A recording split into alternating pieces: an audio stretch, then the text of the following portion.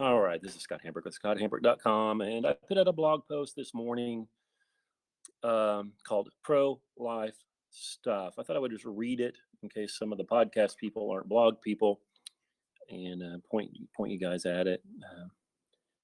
The Supreme Court may be in a position to overthrow Roe versus Wade. Roe versus Wade being evil, it needs to be overturned, of course.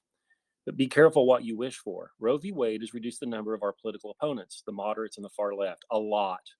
The faction of the truth isn't lined up down at Planned Parenthood. It's the coalition of the fringes that are murdering their kids.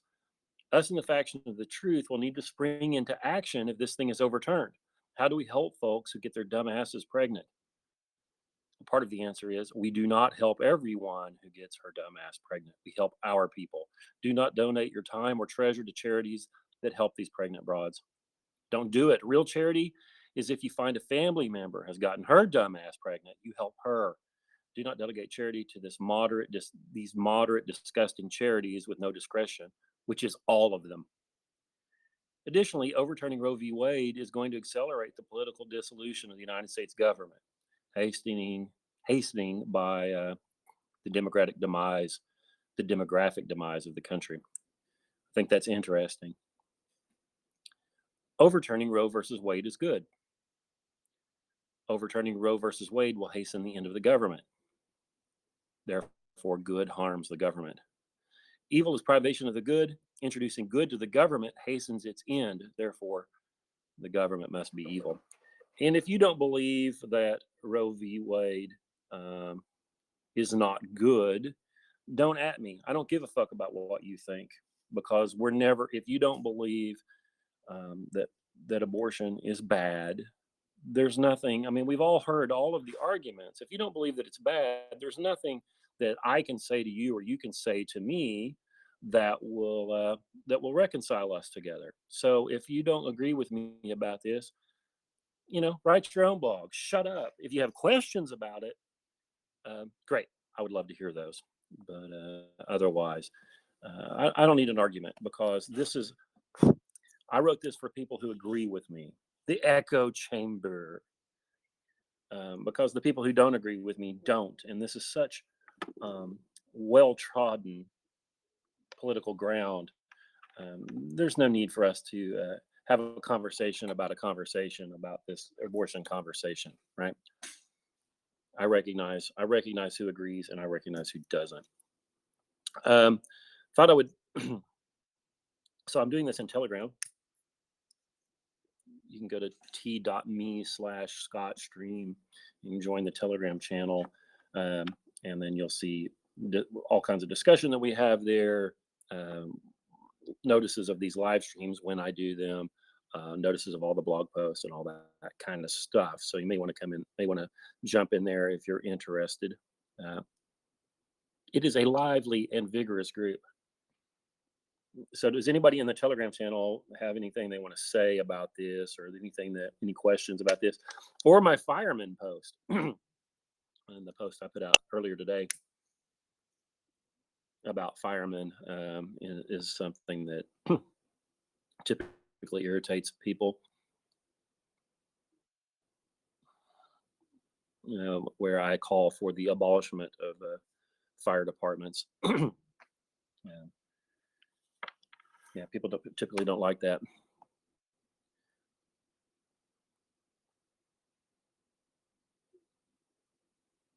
Well, I'm enjoying a pipe here. Well, I'll wait to see if anybody has any any comments about this.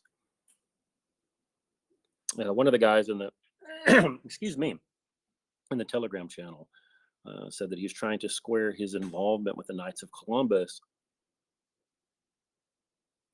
with the idea that these charities who aren't being discerning might not be helpful, and they're not helpful.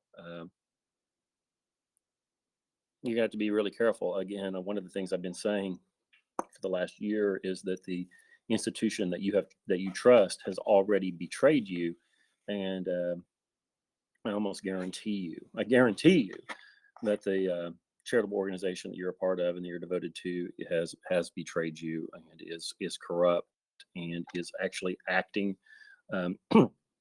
acting outside of your interest. And that would include Knights of Columbus, I'm sorry to say. One of the guys says, if all the institutions have betrayed us, how do Christians tithe? Well, maybe you do that on your own. Maybe you don't give that to the church. Maybe maybe you give enough to the church to support the church so that they can continue to deliver the sacraments. Um, but otherwise, you give those monies where you know they are needed. To support to help support your niece who needs help, and not giving it to Catholic Charities, who will then import Afghani refugees and uh, child rearing classes to the Coalition of the French, who ultimately wants you dead and wants your church and religion wiped off the face of the earth. Maybe that, huh? Maybe that. Um, One of the guys says, "Do I think that there will be a big rise in adoptions if Roe is overturned?" Well, first of all, it's not going to be overturned. I mean, maybe it will be, but I would be shocked.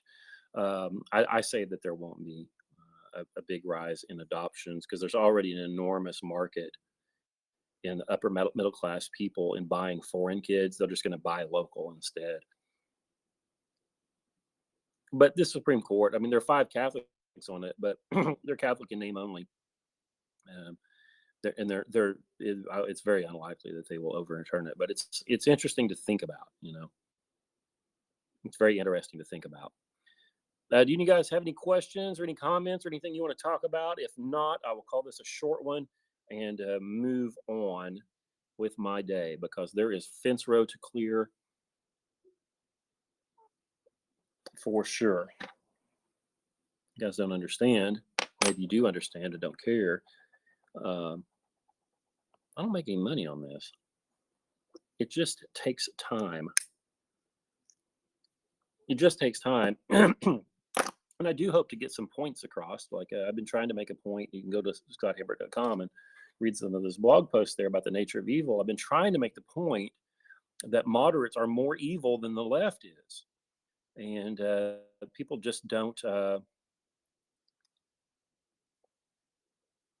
People just don't. I mean, the people that follow me and read my posts still continue to make comments about, like, for example, this Supreme Court vote. One of the guys who's become an online friend says that he thinks the Supreme Court will cave to the threats of the left.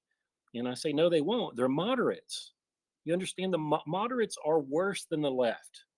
They're not going to cave.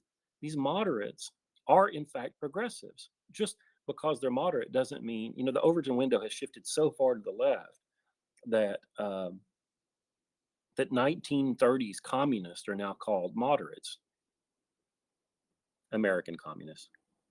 Just because somebody's more left, I wrote in here, doesn't make Amy Two Names, this career Shrike, who adopted a bunch of foreigners to live next to her small children, a person of the right. She's not. Breaking news, maybe. Jake says he thinks the court failed us. It looks like it's a 7-2 to uphold it. Yeah. Yeah. No, Jake says that is a guess. Okay, maybe that isn't breaking news, but that sounds about right.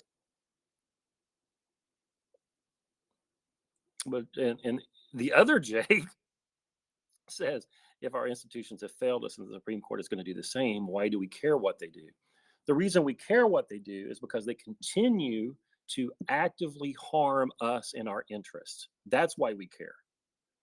And it's important to see that they have betrayed us and understand that, and then withdraw your support and know the game for what it is. Know the game for what it is, instead of getting all excited about Kavanaugh or Barrett. Understand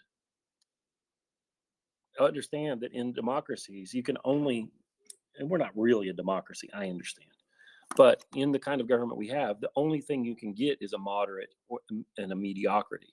Know that.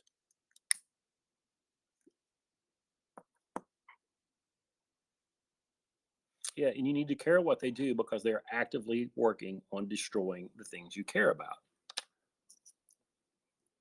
You know, people used to tell me a lot, if you don't like it here, why don't you leave? Or um, well, if you didn't vote, you don't have any right to complain. A lot of those kinds of statements, which I think are stupid uh, and always irritated me. The reason I don't leave is because one, there's nowhere else to go, and two, this is my home. These people are fucking up my home. And not to be mean to you, Jake, but this why do we care what they do thing is much the same. We care because this is our home. We care because we care about what is right, what we care about, what is good, beautiful, and true. That's why we care. The why do we care what they do thing is sort of a moderate take.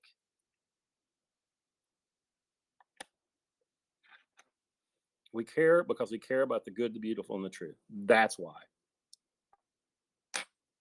So we can care about what they do, but not actively participate in it and give it gravity by sanctioning it and acting like it's real because it's not real.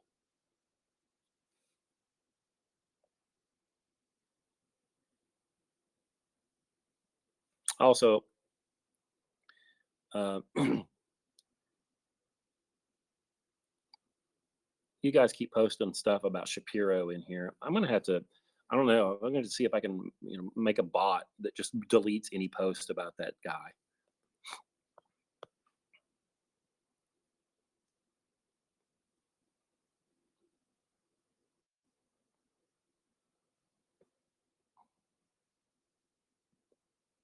All right, we've got a few more people typing in some comments here. Um, Jake says, I've exposed him as an evil moderate. Reminds me of something that Carl and I talked about a while back about voting or whether the land should have a vote. Yeah.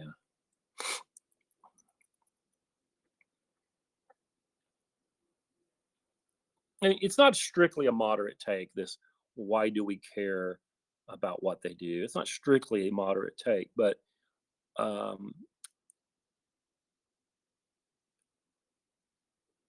e- I haven't thought about this a lot, so I'm doing this on the fly.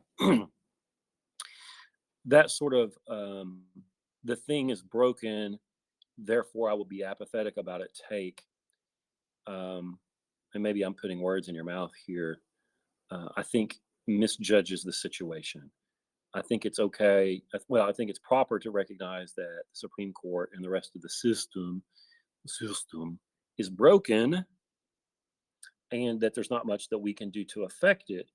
But pointing it out, understanding it, and finding ways to not support it or maybe even actively undermine it, I think is important. That's why we care what they do. Um,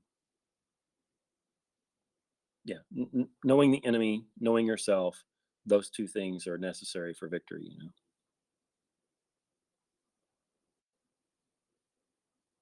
Jake says, "How do I square my duty to care for family with the comments I made in the rot is deep post?" For example, he says, if one of your family members has a child they're not able to provide for, there's a decent chance the parent is in the category of the people that are harmful to keep in your life. Yeah, that's true. That's true. And maybe you have a duty to the child, um, but you probably don't have one to that parent. And note that in that post, the rod is deep. I talk about throwing those people out of your life, and maybe you don't agree with it, but we can only help those who will help themselves.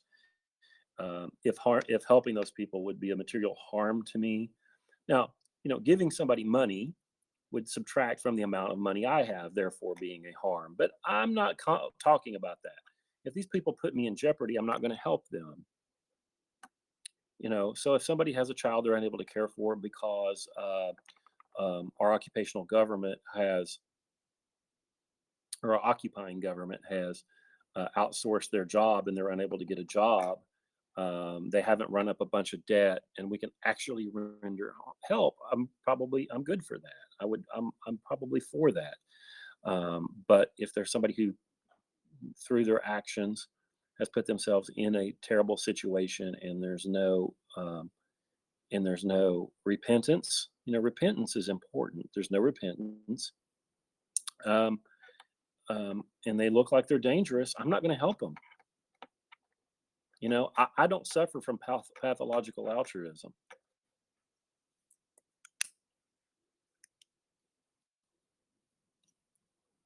Jake says, I struggle with this with my mom. She has a lot of drug abuse problems that I try to distance myself from, but I also feel a duty to help care for her as she gets older. Yeah, you're just going to have to walk the line. You can love her and call her and be caring, but you can't mitigate her situation. So, be caring, be loving, um, pray for her, and do what you can when you can, but know that you can't actually probably help her. It's very difficult. I don't claim to know how to best do it. There are three Jakes here in the Telegram, and Jake the larger just said, "I changed my name to differentiate us."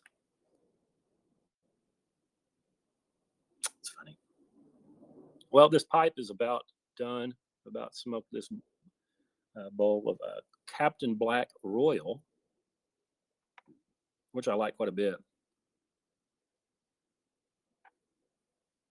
Um, pipesandcigars.com had it for 20% off this weekend, so I bought a great amount of it. Very similar to my favorite Lane 1Q, so I was pleased to get that in.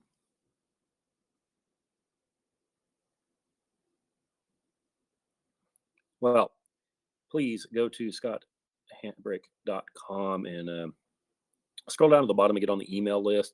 I actually don't email it. I don't think I've ever emailed anybody the list in bulk before.